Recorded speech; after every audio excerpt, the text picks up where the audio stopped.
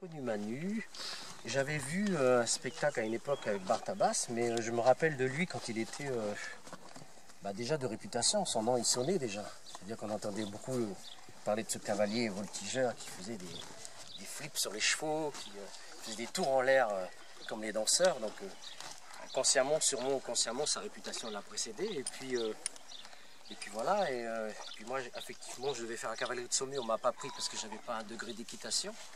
Donc effectivement, j'avais arrêté les chevaux depuis 10 ans. Parce que dans Nouvelle-Calédonie, mes oncles c'était des éleveurs, donc j'avais un ranch, j'étais venu en France pour faire le cadre noir.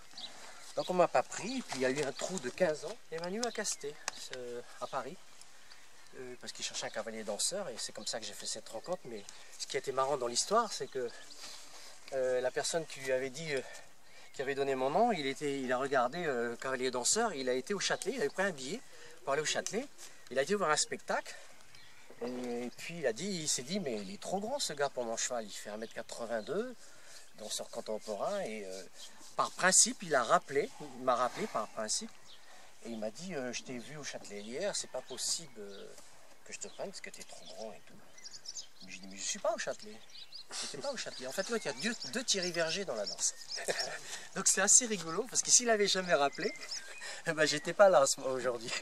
Donc l'histoire a démarré comme ça, et puis le lendemain, on s'est vu au café à Nation, et puis il m'a dit, enfin, le premier truc il m'a dit, pas mal, t'es grand comme moi. Donc ça l'a rassuré. Ensuite on est allé avec Manu et Chica à Tremblay, je crois. Puis il y avait Pantin qui était là. Et il m'a dit, voilà ce que j'entends de toi. Le 1, le 2, le 3, j'ai dit, oh mon Dieu. Donc, une histoire, je suis parti.